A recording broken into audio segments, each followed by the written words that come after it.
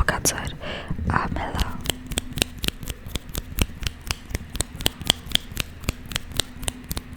I hope you're all doing very well today. I thought today I'd make you all very happy and myself very happy as well by continuing our little law series and making a video about interesting case law.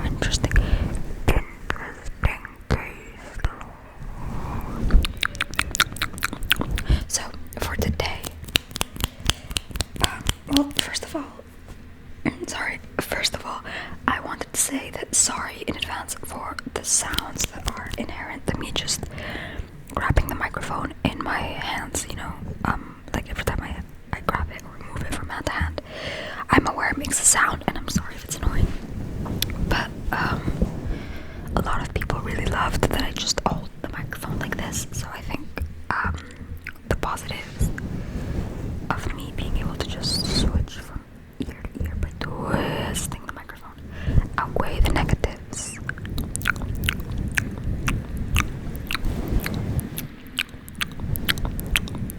And also, we're sitting by candlelight. I've got a really nice, beautiful candle over here. Let's see it. Oh my god, there you go.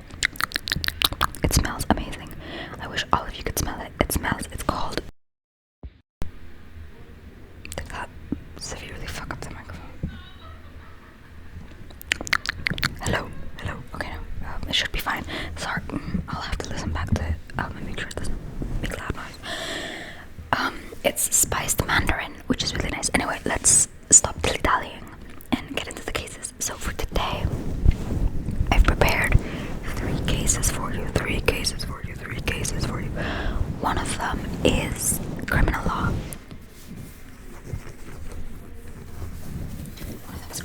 Because also it'll be mostly whispered, but a lot of you really like my soft spoken, so I'm trying to do a little bit of both.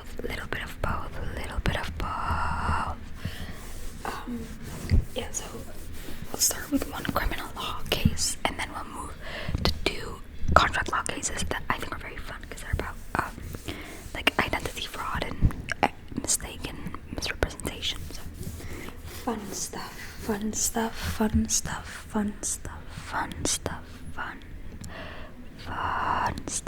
Yeah, so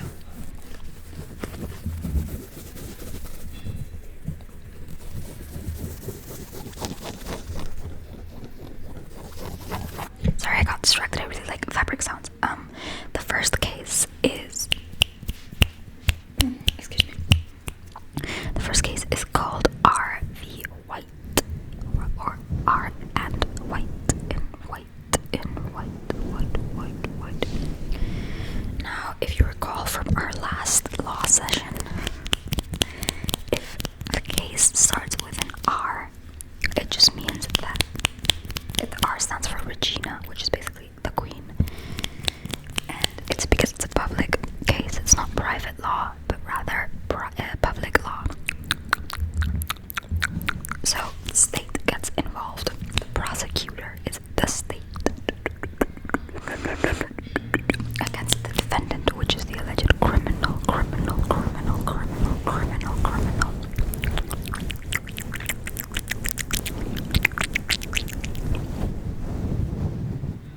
So this case is really important because it sets up one of the most important principles of law, and it's also just fun. It's from 1910. It is from 1910, and it goes like this. So basically we have, this is making a lot of sound, sorry. So basically we have the defendant, which is he who is accused and then must defend himself, and the victim. And funnily enough, in this case, they are mother and son. The mother is the victim and the son is the defendant.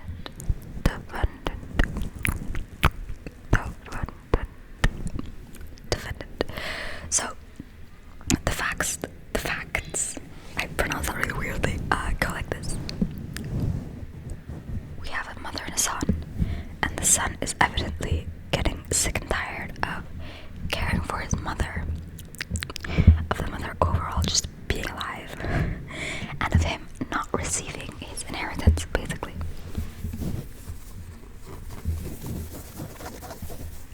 Money, money, money. Yeah, exactly. So basically what happened is that the son wanted the mother gone. And so he had the brilliant plan to start putting little doses of arsenic. I don't know how you pronounce it in English, actually. Which is poison. I may be making this up, but I swear it can be found in seeds of apples and apple seeds. Obviously, the smaller. Oh no, that's cyanide. No. Sorry, I was getting confused. Anyway, this was arsenic. Used to be a pretty common poison. A lot of Agatha Christie novels mention it. So the son thought, I'm gonna get rid of my mother. I'm gonna put some poison in her tea, in her afternoon tea. So the defendant put poison in. Oh my god! Sorry, did you hear my stomach just then? Wow. The defendant put poison into the evening drink of the victim, his mother, with the intention of, I'm gonna say unaliving because I don't want to get this video taken down or demonetized or anything, with the intention of unaliving her. Not a very nice son. Indeed. So the victim drank a few sips of the drink, and then promptly fell asleep. She was off for the night. Bye bye.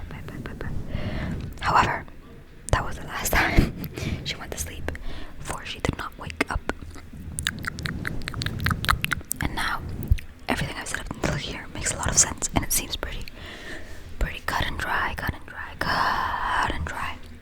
However, the medical evidence was that she had died of a heart attack in her sleep, rather than the result of the poison. Wait, give me a second. Sorry, my neighbors had started to make a lot of noise, sorry, but that's sorted. Anyway, so the medics concluded that she had died not from the poison, but from a heart attack.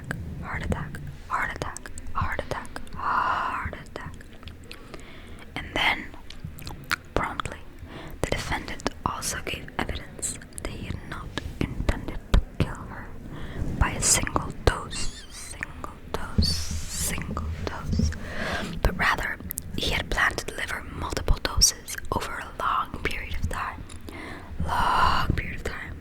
So what we get from here is that the dosage of the poison that was administered was objectively not enough to unalive her in the first place, added to the fact that she passed away not from the poison but from a heart attack. So strictly speaking, it is true that her death was not merely a coincidence, but was also not the fault of the defendant now, was it? So, when this was brought to trial, the defendant got charged with attempted murder.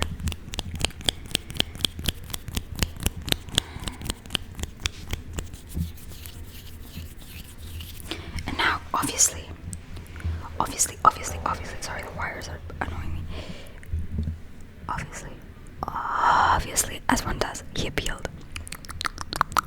And, I mean, I'm glad he appealed because he set precedent for very important rule.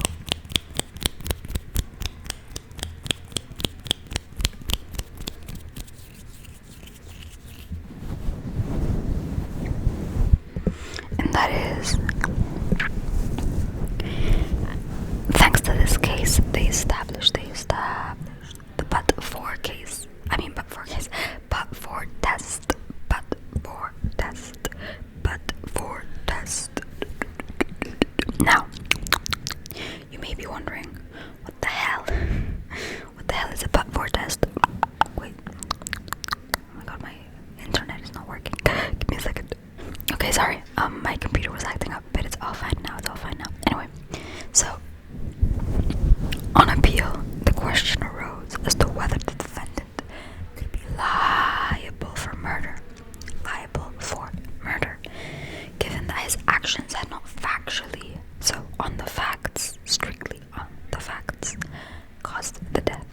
And then a second issue was whether having delivered a single dose was sufficient attempt, quote unquote, to ground conviction in line of the evidence that the defendant had intended to murder his mother as a result of later dosage, of a later compounded dosage of the poison, not of one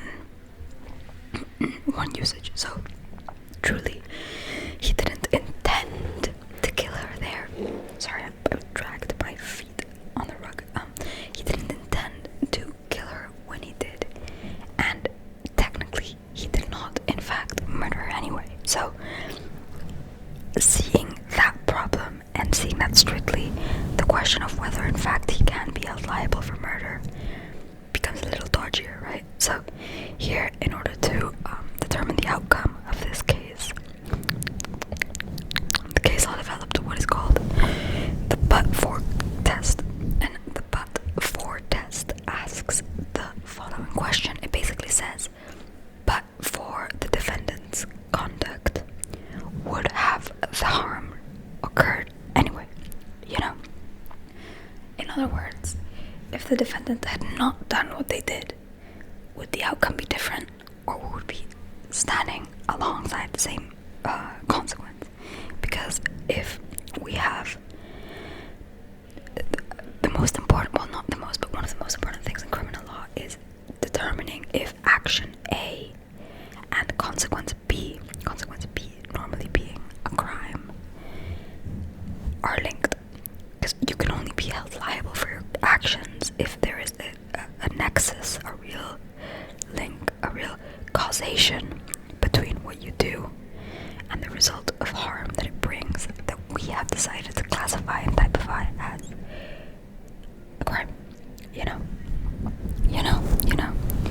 So if the question asks, if the defendant had not done what they did, would the outcome be different? If the answer is no, then obviously the conduct caused harm. If the answer is yes, the harm would have happened anyway. There is no in fact cause. Now, as many of you may be thinking, this seems like a very wide rule that could give space for a lot of issues, right? Because, oh my god, the glass man is back at it. I know, sorry. Because it's hard to know when to stop with factual causation, because, sorry, my hair looks a mess. Because how much can you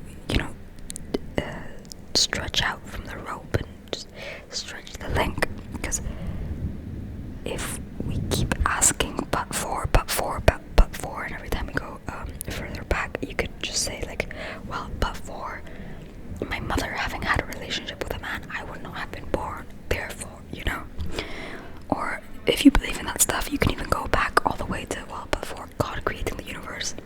So there has to be a point where you're able to snip line and say, okay, up to here, this is not causally related, factually related to the causes. And plus, we will not get into it today, but factual causation by itself is not really enough. You need the idea of legal causation as well. But anyway, a quick example of what the case tries to show is this is a bad example because this is strict liability, but anyway, it's fine. Ignoring strict liability, if a driver runs a red light and hits a pedestrian, we would ask, but for the driver running the red light, would the pedestrian have been injured? The answer here is clearly no. No. Therefore, we can safely conclude that the action did in fact cause the injury. Therefore, liability does exist. However, as we already said, it does present a lot of issues, and also that's why we have to bear in mind that this case is from 1910, and there has been plenty of other case laws since it. But for example, if we have multiple independent causes, if it's not just A causing B, but A, B, and C causing D, then it becomes a little harder. For example, two separate fires join and burn down the house. Either fire alone could have destroyed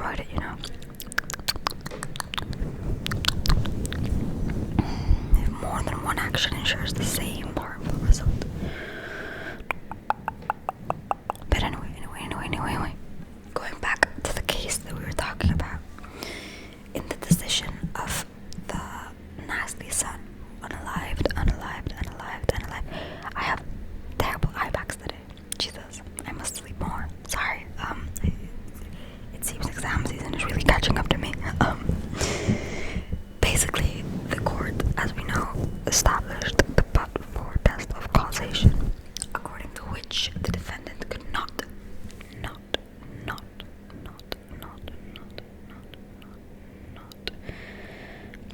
be convicted unless it could be shown that but for his actions, the victim would not have died.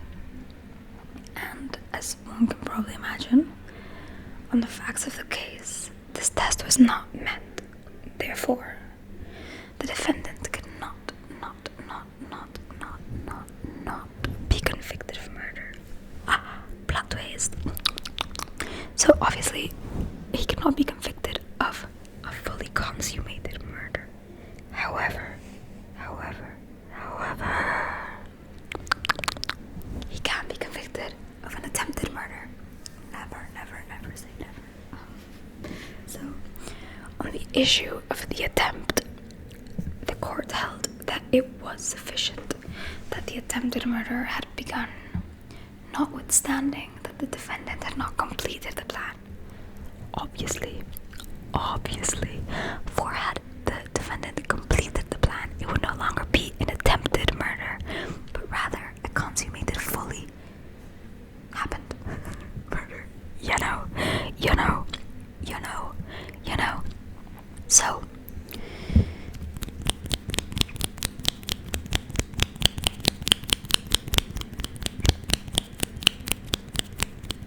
the conviction for attempted murder was therefore upheld. Sucks to suck.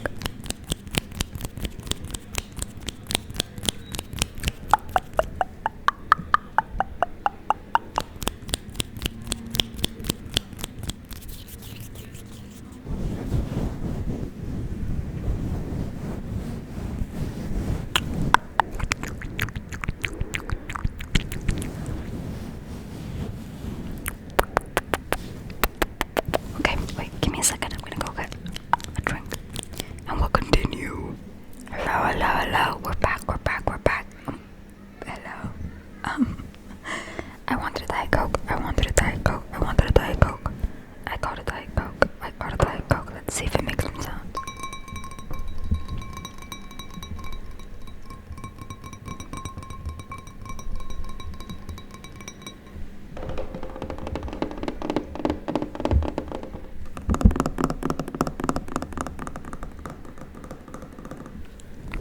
I can't tell if that's awful or nice.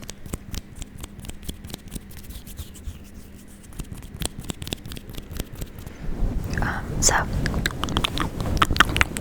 I know I said we were gonna do two contract law cases, but I was taking a look at them and they're actually quite long, and they could just be its own video because we're already at the 20-minute mark. Only haven't done one video because I'm a yapper. So I thought we'd do another one, which is also quite fun, and it's also criminal law, which I know you guys love. I learned this one one of my first classes as well. Like, this is all first year for me, so getting nostalgic. Now, if I'm not incorrect, I swear this case was from the Privy Council, but I can't seem to find it in the site.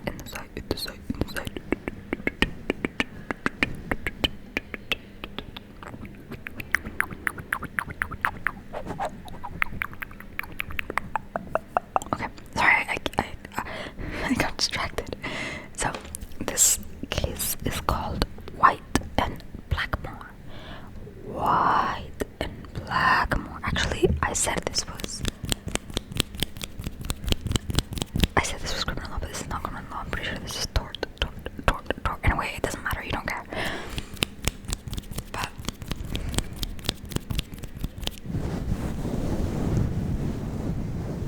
the facts go as follows. I don't know if I should do soft spoken. Maybe a little bit. Is this too loud? Maybe. So the facts are as follows. Mr. White was a jalopy driver. Do not ask me what a jalopy is. I have no clue. Maybe I'm pronouncing it wrong, but how else would you pronounce it? Mr. White was a jalopy driver attending a race as a competitor. Sorry, sometimes I just pronounce things so weird. As a competitor. After competing, he returned with his family to watch another race as a spectator.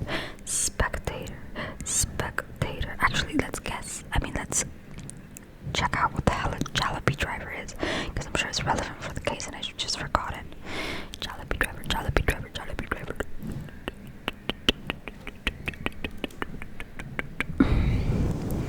Okay, well, Google is not being very helpful. It's telling me a jalopy driver is somebody who drives a jalopy. Okay. Which is slang for an old, rundown, often unreliable car. Okay.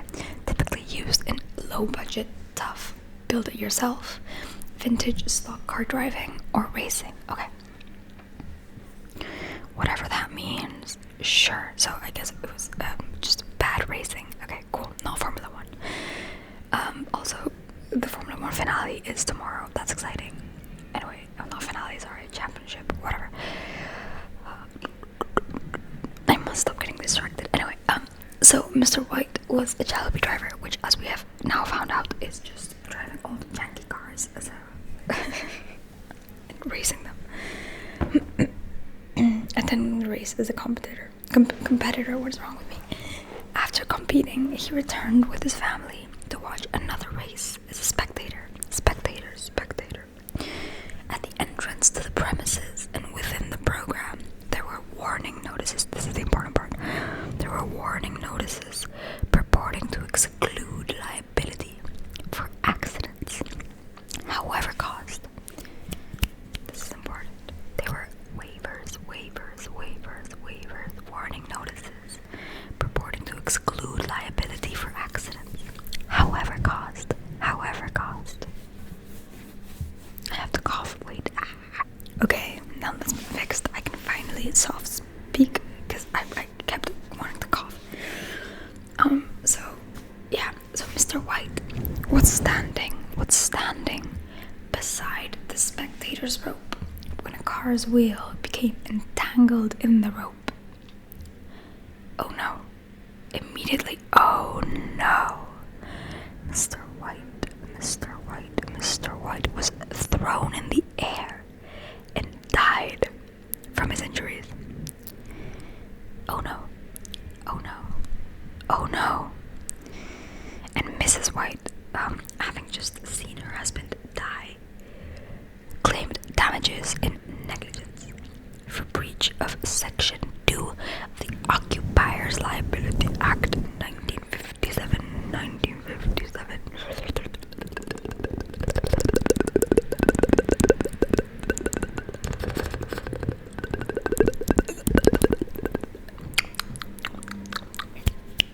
So, the issues are as follows.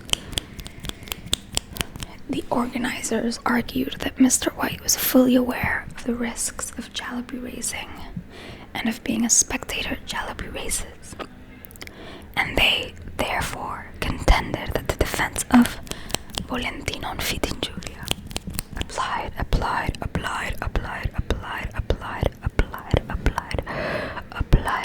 applied.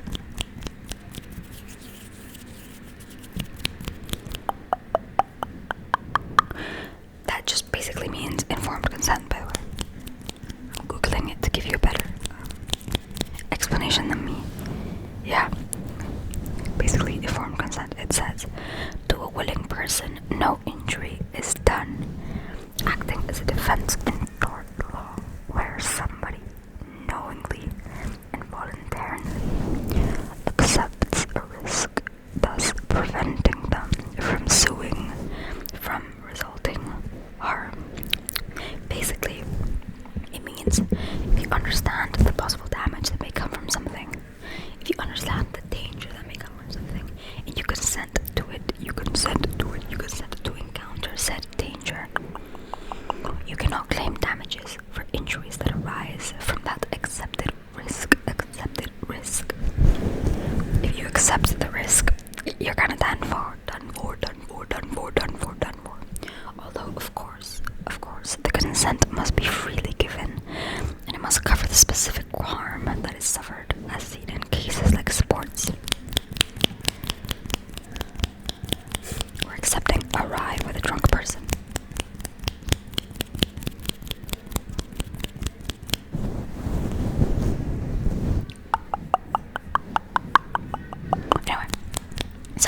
Obviously, that is what the organizers of the event where Mr. White suffered his untimely death tried to argue.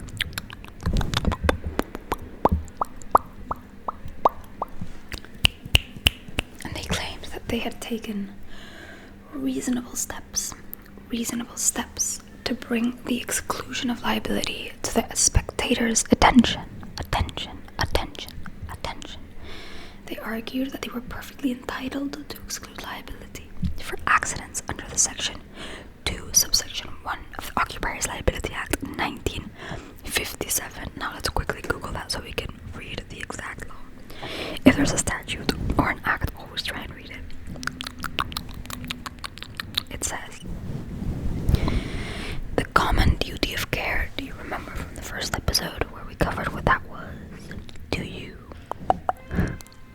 The common duty of care is a duty to take such care as in all circumstances of the case is reasonable, to see that the visitor will be reasonably safe in using the premises for the purposes of which he is invited or permitted by the occupier to be there.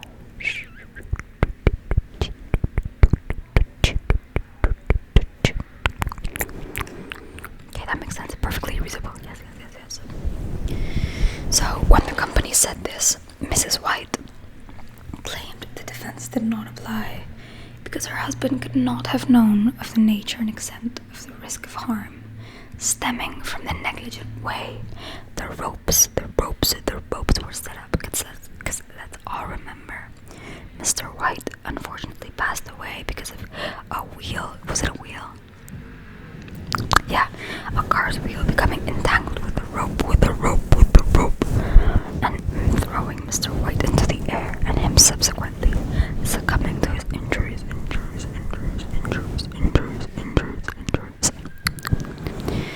Mrs. White also argued that the notices set up by the organizer were ineffective in excluding liability for negligence.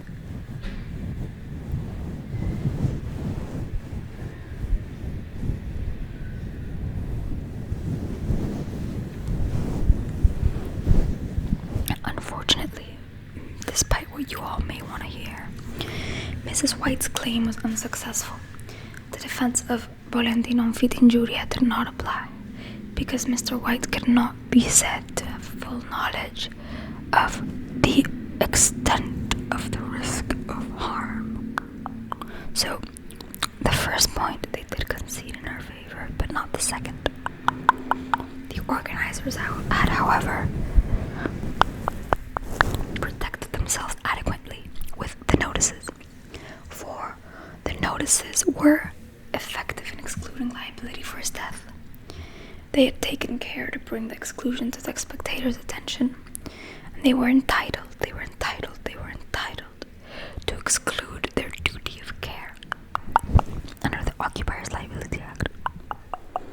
Pretty crude, pretty grisly, you know. I don't know. Depends how long since I've done common law, and this is also from the 70s, so it's pretty old. That I forget how things work in common law. I don't think in the EU this would suffice by any means, because our consumer protection law is really strong, and we always take the consumer as a very weak part compared to the organizer. So you never know.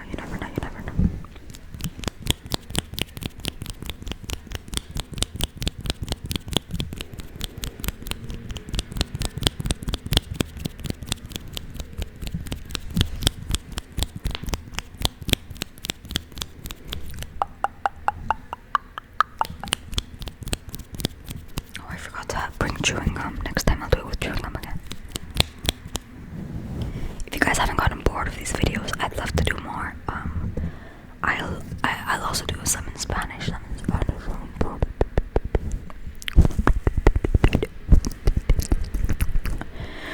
in Spanish with Spanish law, which I'm much better at.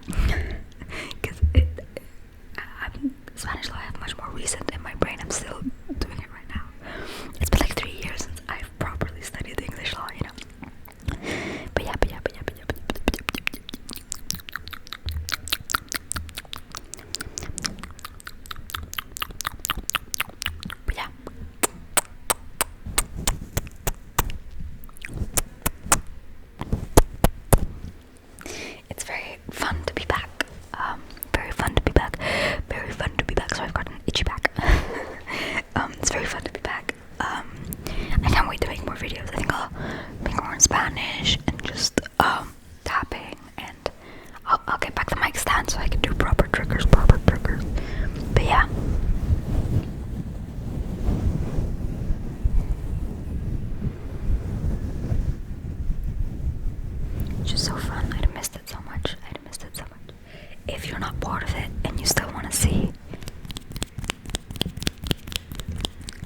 law ASMR, law ASMR, law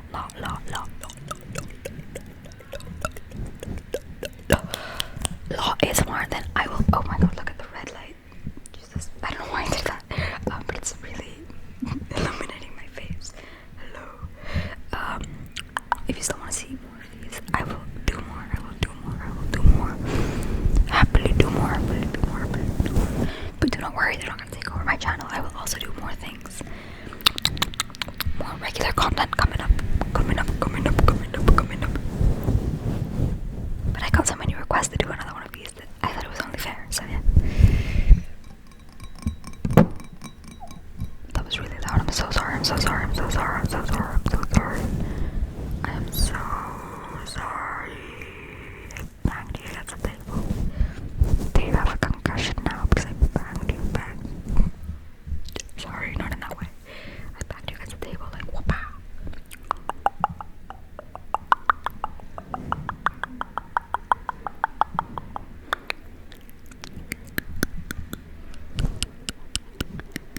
Sorry, I'm getting weird. Today's secret word is poison. Poison. Poison. Poison.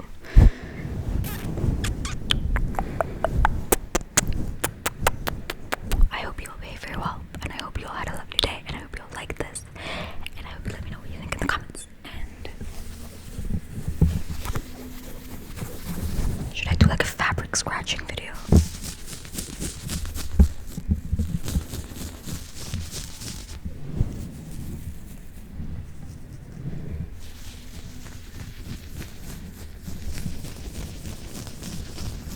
That sounds pretty nice, pretty nice, pretty nice. And that's all for today. I'm gonna hold it with me